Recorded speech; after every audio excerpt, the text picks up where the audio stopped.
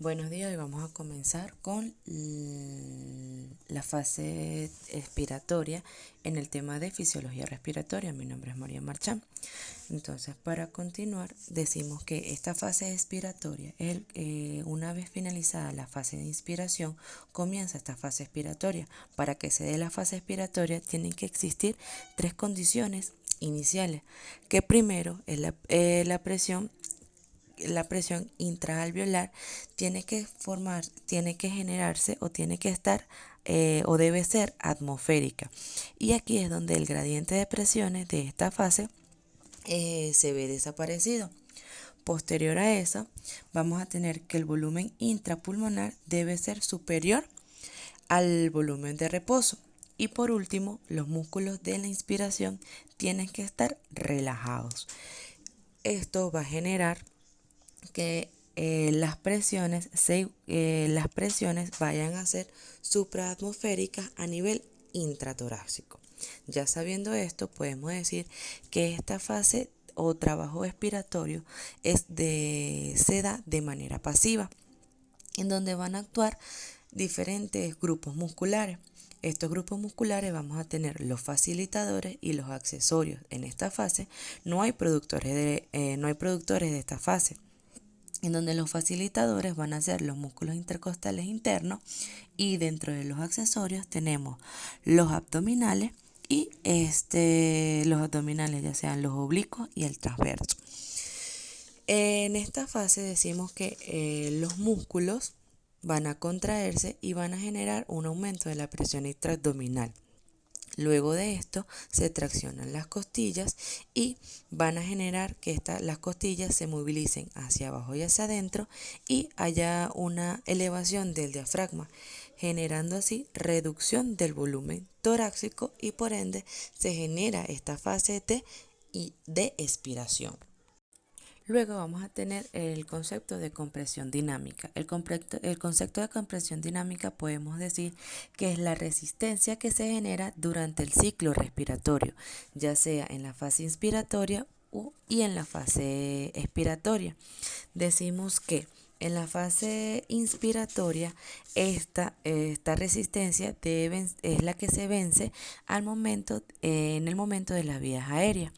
Esto va a generar este vencimiento de resistencia va a generar cambios de presiones a nivel de las vías aéreas, y este cambio de presiones va a generar que se vayan dilatando o que se tiende a dilatar las vías aéreas progresivamente, y así vamos a mantener la presión torácica pulmonar sea positiva, generando así o facilitando así el paso desde la porción proximal, ya sea la nariz, hasta la porción distal, que van a ser los alvéolos.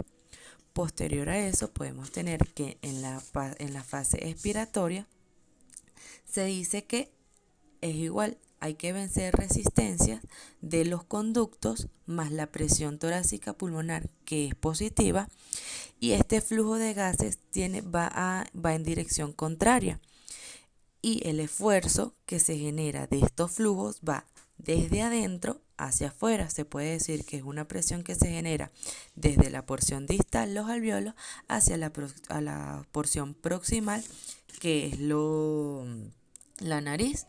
Entonces, en esta fase es donde se va a colapsar la vía aérea y se va a generar por el rebote elástico. Continuamos con el concepto de puntos iguales de presiones. Se puede decir que este punto iguales de presiones es el punto en donde la presión interna o la presión endobronquial es igual a la presión externa o la presión bronquial, y esta presión es el momento en donde o es el punto en donde hay colapso de las vías aéreas. Como vemos en el dibujo, se dice que es un volumen este volumen se genera durante una expiración forzada, y en donde podemos decir que la presión pleural y la presión elástica del pulmón se van a igualar, que es donde vemos el +10. Luego tenemos que hay una presión alveolar que es esa presión o ese gradiente que se va a generar, que es mucho mayor, desde adentro hacia afuera, que lo va a expulsar esos gases, esa presión va a empujar ese gas alveolar hacia la boca. Y ese gas que va a ir a circular por los pulmones es el que en ese momento posterior a que ya hay disminución de las presiones, es donde se genera esa compresión o ese colapso alveolar o ese punto de iguales de presiones. Para continuar tenemos el volumen de cierre. Decimos que el volumen de cierre es ese volumen de gas que excede el volumen residual en el momento del colapso generado por esa compresión dinámica de la vía aérea. Se dice que este volumen de cierre, después del final de la inspiración, donde aún hay un mayor aumento del diámetro de la vía aérea, se genera o empieza esta fase de inspiración, que va a haber una disminución progresiva del diámetro de la vía aérea, y esto va a generar un cierre de algunas de las vías aéreas, ya sean las de menor diámetro como los alvéolos, los más distales. Y por último vamos a hablar lo que es las capacidades y los volúmenes pulmonares, en donde tenemos que los volúmenes o el volumen corresponde al volumen máximo que puede en el que se puede expandir el pulmón, y las capacidades decimos que la combinación de los ciclos respiratorios o los ciclos pulmonares más o con dos o más volúmenes pulmonares, en donde tenemos que el volumen corriente, que es ese volumen de aire que se inspira o se expira en cada respiración normal, ya sea desde la expiración normal a la expiración normal.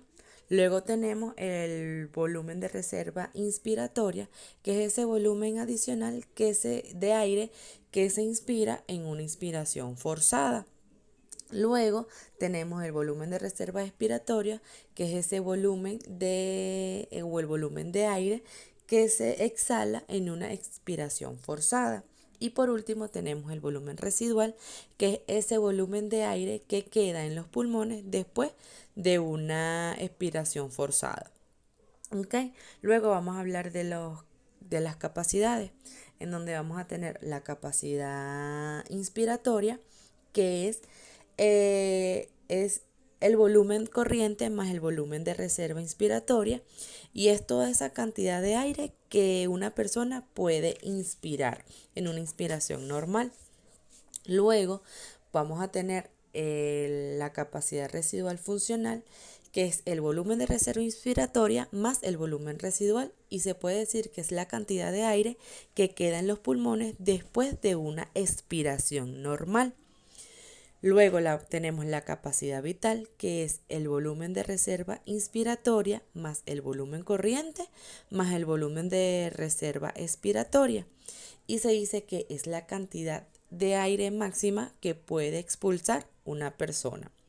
Y por último tenemos la capacidad pulmonar total, que es el volumen máximo al que puede expandirse el pulmón en una inspiración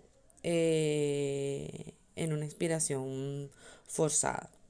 Entonces decimos que cada uno de estos, tanto volúmenes como capacidades, tienen un límite. Decimos que el volumen corriente, lo máximo de él son 500 ml, el volumen residual es de 1200 ml, el volumen de reserva inspiratoria es de 3000 ml, el volumen de reserva expiratoria decimos que es de 1100 ml, y las capacidades también tienen un volumen o una cantidad, que decimos que la capacidad inspiratoria es de 3500 ml, la capacidad de reserva funcional es de 2300 ml, la capacidad vital es de 4600 ml, y por último la capacidad pulmonar total es de 5800 ml.